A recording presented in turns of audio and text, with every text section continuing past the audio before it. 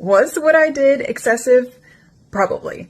Do I regret it? Absolutely not. I learned the hard way back in April after I had to go to the emergency room to have a soap stud enema that I did not want to be constipated after surgery. So prior to having my lower body lift, I went the extra mile to make sure that didn't happen again.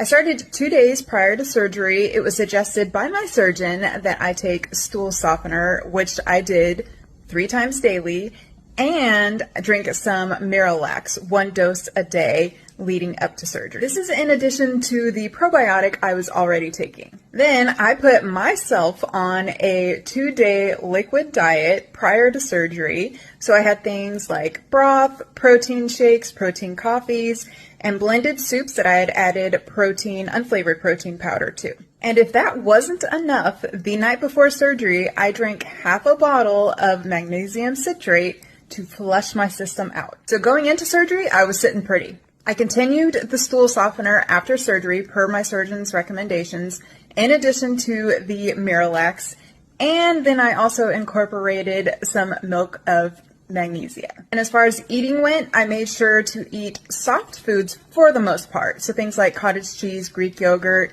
I had protein coffees as well. I think for the first 2 days, I only had 1 meal each day with solid food. Day 3 after surgery is when all of my efforts paid off.